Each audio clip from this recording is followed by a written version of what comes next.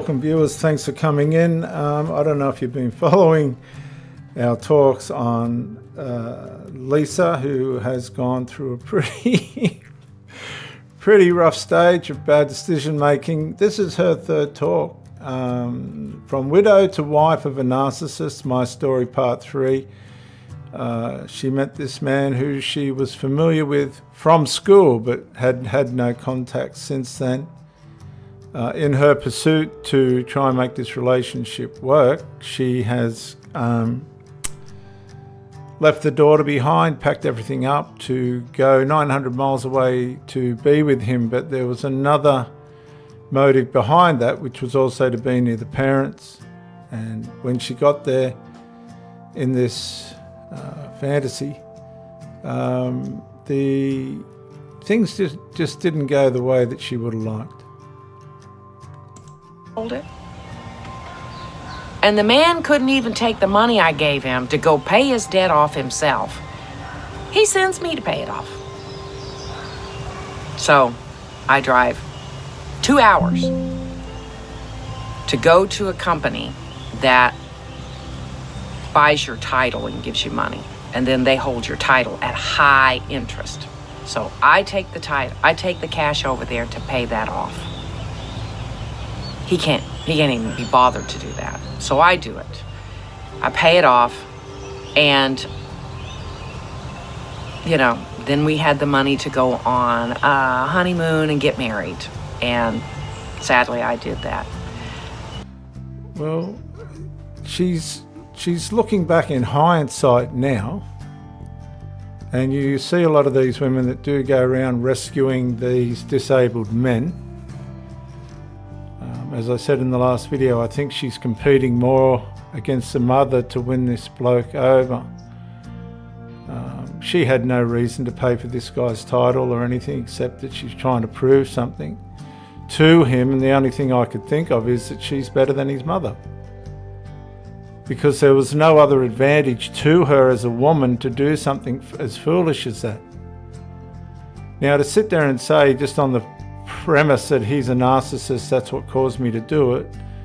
No, there's a lot more motive behind that than that simple accusation, even though to some extent it's justified, because narcissists are opportunists, women are rescuers, women particularly are competitive when it comes to other women, and particularly the mother. And this guy was in covert emotional incest with his mother. He hadn't left home. He had nothing to show for himself. He was a fiend, basically, to be honest. But obviously women are attracted to trust. Well, they're attracted to toxicity. She can't say she's not, because she's in it up to her neck and fueling it financially and in all other ways. But I think a lot of her motivation now is to prove to him that he's a better option than his mother. I cried all the way home on the motorcycle because I knew what I had done. Yeah, but really, guys, she should have, and viewers and girls, she should have cried all the way to paying off the debt, because it wasn't her debt. So what she's doing is replacing the mother. Because a lot of these mothers will buy the cigarettes and alcohol and drugs and all this sort of stuff for their children, adult children, to keep them there as security, so they don't get lonely and stuff. And so what she's got to do, she's got to buy him out. She's got to prove to him that she can do more than what the mother can. Right? It's got nothing really to do with love or anything. There's a competition going on here now to see who's going to get him. The problem that she's got is she hasn't discerned with any finality that this guy's a fiend. Okay, so she'd be intimate with him and all the rest of it and running around like a fool. This is why her daughters and that didn't want anything to do with it. Probably why his children didn't want anything to do with it. They already know what he's like. They already know what grandma's like. And this woman's just walked into a situation that was never going to end well. It didn't start well. All based on the premise that she knew him from school. Would you do that? Put it in the comments. Would you do what she's doing? I was not happy. I was very, broken. I knew my life was it was on a spiral downward, and I couldn't control myself. Okay, so there's a massive confession, okay? She couldn't control herself. All right? Now, she was sitting in a therapy session or something. You've got two ways you can go with that. Oh, I feel so sorry for you, and I don't know how he's made you do that. Or you can say, well, if you're aware of this, what caused you to continue on? And you have to come down to the fact that she was in a sinful nature. She was being equally as evil as what he was. All right? You've got to get to the root of the problem, or these people will never get better. It's like dealing with a drug addict, only she's dealing with the pursuit of lust relative to a relationship, relative to a competition with his mother, relative to trying to prove to him, which she didn't need to or have to, that she's some kind of savior or rescuer that, is worthy of his full commitment, which he never had and was not going to be able to give. Right. So we're dealing with blindness, complete blindness. Blindness from what? Blindness from sin. Not from his narcissism, no, from her sin, which has caused her to go deeper and deeper at this point, even though she's getting flashes of the fact that what she's doing wrong. She's even being convicted in her heart that this is completely stupid and wrong. But on the other hand, she's trying to prove to this man something that he already knew, and that was that she was all into the relationship. So, it's two evils. It's two unnecessary evils. His, on the one hand, where he's going to be an opportunist, and hers, where she's making the sacrifice on the altar to give her, what can I say, give her validation, give herself validation that he deserves to love her, when none of it was necessary. Couldn't stop it. So I ended up I'm just going to replay that bit. I was very broken. I knew my life was it was on a spiral downward, and I couldn't control myself, and I couldn't stop it. So I ended up... So what's that, viewers? Is that his fault or her determination? Or the driving, nagging desires and deceptions that sin caused within us?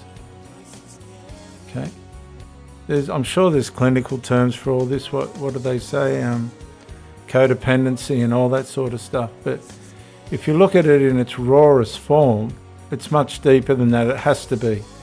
We're selling our campers. We're leaving our children behind. We're not listening to the wisdom probably of our friends and everything. We're paying off motorbikes and this, that and all the other that don't belong to us. We're putting up with people that are having an affair and this, that and the other. That's a pathology. That's something that needs to be diagnosed within itself. And I would say simply that she's been lost into her own sin and the blindness of that. And that sounds cruel and that sounds nasty, but you can't blame him, because she should have had the brakes on a long time ago, and she's just said herself, I was unable to stop. There was something driving her. Well, I'm telling you, viewers, what that is, and that's our sinful nature. Up trying to remember all of these things that happen, because there's so many of them. Within several, now remember this, the minister who married us, we didn't have the wedding. We did not have the marriage license with us. So he performed the ceremony, but he didn't sign the marriage certificate. Now, I have to present some doubt towards this, because it's a legal document, over here at document 66, I think they call it, that has to be signed and witnessed on the day by the people attending. And this is where I lose a little bit of confidence in this person's narrative, because what sort of a minister was this? They're not allowed to do that without the paperwork to sign. The marriage certificate was not signed. And I think it was in his truck. Anyways, I got it. And I was supposed to meet up with the pastor for him to sign it so that I could mail it off. Yeah, but there's something missing there, because you've got to sign it with a witness. You know that yourselves. The witnesses have to sign it as well. So you've got the minister, you've got the people being married, and their witnesses have to sign it. So she's lost me a bit there. I never did. I couldn't. I absolutely couldn't do it. He was on me. When are you going to get that signed? Okay, so this is very interesting, because I had a girlfriend that did this to a bloke before I met her, and it put me right off her. She never ever handed in the paperwork, and they were never ever legally married, and the man never knew that. I find that very evil and very deceptive. So let's just stop here for a minute, viewers. She knows, right? She knows. Who's the covert narcissist here? The guy that's asking her to do the right thing, or the woman that's refusing to do the right thing? Because covertly she didn't want to marry him, but she still went through the motions of it. What the hell? I remember in my second marriage, this woman said it was the best day of her life, and she never reflected that one day after it happened. I ended up having to ask her to leave in the end. With her son, who came in and destroyed things as well, you just need to leave. So what? Okay, come on, put it in the comments. Why isn't she handing the paperwork in? On the one hand, she's blind, right? She's selling the camper van and all the rest of it.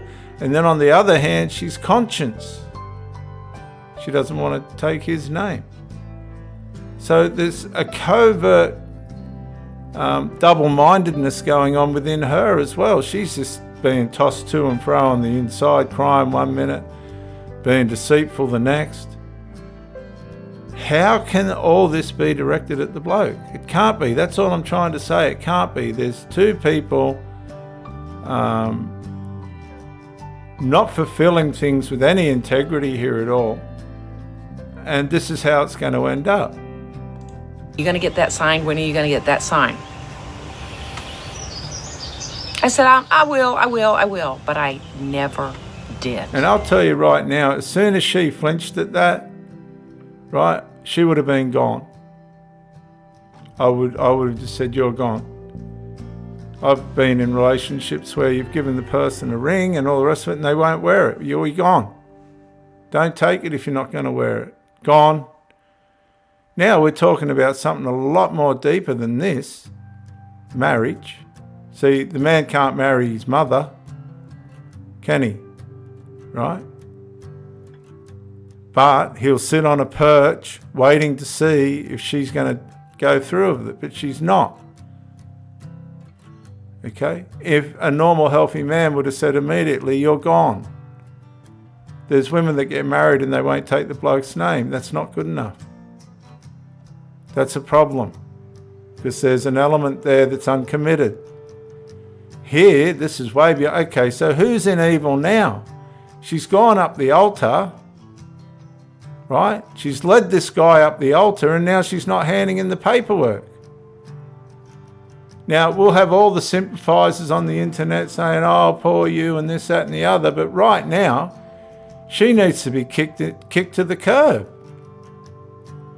Because now she's the one. Can you put the shoe on the other foot? If he had to do the paperwork and he's not handing it in, she'd be praying on that. Oh, he just wouldn't. Now look at that. Stop and think for a minute how deceitful that is. Right?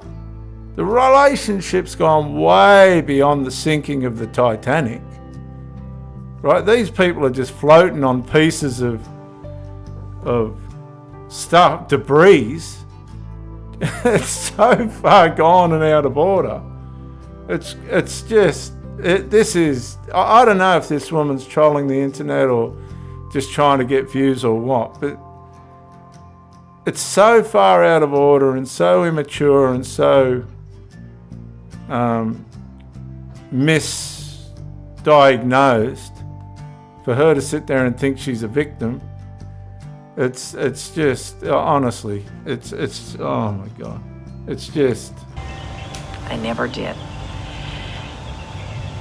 And sadly, within 2 weeks, because I'm a little hard-headed. I mean, I was crazy, head over heels of what I thought, madly in love with him.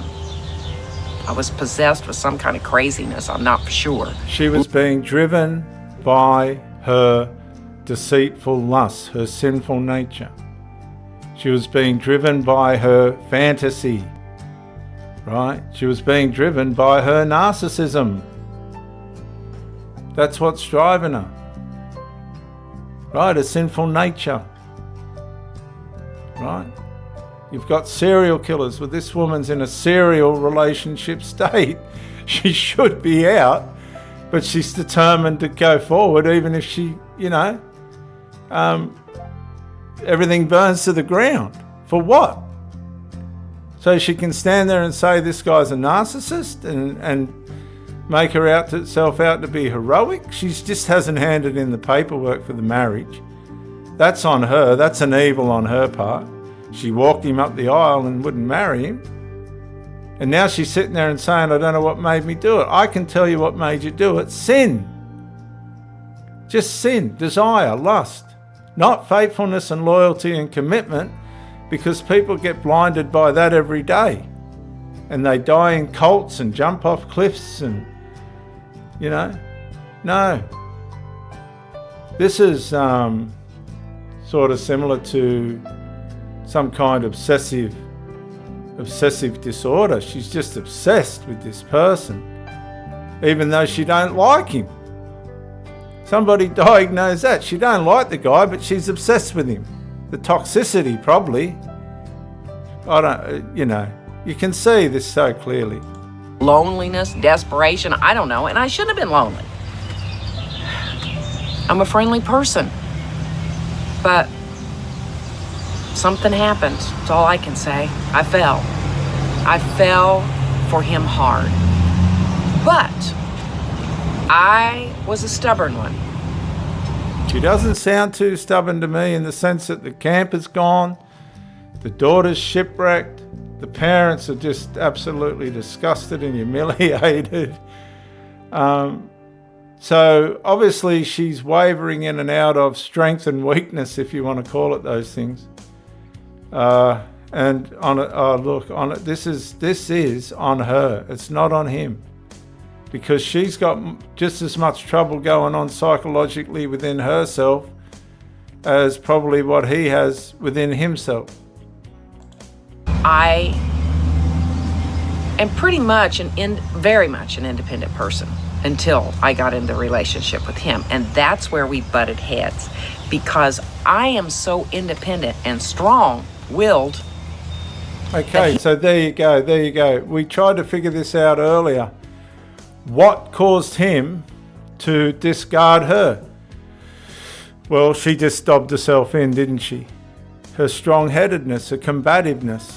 And I'd say they've had a couple of little twos and throws, and she's gone into this very masculine frame, and he's gone, nah, look, honestly, I'm not doing that. So she's just admitted that it wasn't him that's fully caused the issues, it was her as well. And this is why you have to listen and be fair-minded about these things. He had a hard time controlling me. So within viewers, I have to argue that. Again. The camp has been sold. She's paid off the motorbike debt, crying. She's married him and didn't want to. Come on, she's left the daughter behind. He didn't have any trouble controlling her.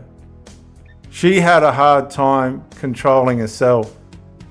2 weeks of us getting married, never had the marriage license signed. So legally they weren't married. That was another part of this fantasy that was not a dream but a nightmare. He kicks me out. Yeah, time to be discarded. You haven't handed in the marriage certificate and everything. So I think she got off light. Personally, I would have done it immediately. He said I was too much trouble. Well, 100%. I've just walked you up the aisle, right? All the paperwork's buggered up. You're not handing it in. To me, that's not a sign of commitment. I'm out. She's not a victim here. She's a player in it. I was too much trouble. Well, can you imagine what that did to me? I was broken. Well, that's a reality check, isn't it? She should have been gone long before this stage. Okay, long before this. And I think this is the second discard. This is the second discard because she got discarded before this as well. So I don't know how many times you can be broken before you wake up to what's going on. This is why I wonder if, she doesn't seem, on the one hand she's stupid and then on the other hand she's smart. This is how lust deceives. They give in to their lusts. Because I felt like I was discarded like an old shoe. Or even worse, something of no value, maybe, an old broken down shoe that had holes in it. That's the way I felt. Well, that's what's happened. You felt the right way, but how did you translate that into wisdom? Let's see what wisdom comes out of this discard. I'm like, I've never lied to you. I've never cheated on you. Yes, she has. She has lied because she's not handing in the paperwork for the marriage. That's a lie. She's married someone she didn't want to marry. Right? I've never cheated on you, but I'm not handing in the marriage papers. I love you. And yet, oh no. He said I was too broken. I was too broken. I was too hard. And it was going to take too much to work on this marriage. So he threw me out. Well, that happens every day. And the reason for this is unresolved. She wasn't going to resolve the marriage papers. And he's probably used that as ammunition. I don't know if he was deliberately looking for a way out. But she just said earlier, she's a very stubborn and can be a difficult, combative woman. Well, a man can only take so much of that before he goes, hang on a sec, this just is not equally as much as you don't want to live like this, neither do I. He threw me out because he still hadn't got into my bank account because I wouldn't let him. I don't believe that, viewers. I don't believe that. I really don't believe that. Because she has let him into the bank account. She just paid off his motorcycle loan. So I don't believe that. There's something not adding up with that, guys. And he knew that I had some stuff that I was holding back, and he wasn't able to control me. But that threw me for a loop. Well, that's why she got thrown out. It wasn't a matter that he wanted to control her as much as probably what he wanted some order. Let's just get some order into these areas, and she wasn't going to have it. I should have shouted hallelujah, but I didn't. I hurt so bad. I have never, I don't think I've ever known hurt like that. Abandonment. I felt completely abandoned, unlovable. I hurt so bad. Okay, my so family hang on didn't a even sec. recognize me. So now she knows how the daughter felt when she left her 900 miles behind for the man. So it's the narcissist with the narcissist. That's what it is. I'm a narcissist. and I married one. That's what she should have said. Really. But I had friends who came to my rescue. And they joined up and they moved me. And they got me out. So here comes the flying monkeys. I'm going to sign off at that, guys. Look, put your comments in the comment section. Let's get this conversation going. I'm not having this. She got discarded for all the right reasons. We'll come back in the next one and see what wisdom she brings out of that. I haven't seen any so far. Till then, stay safe, take care. I'll catch you in the next one.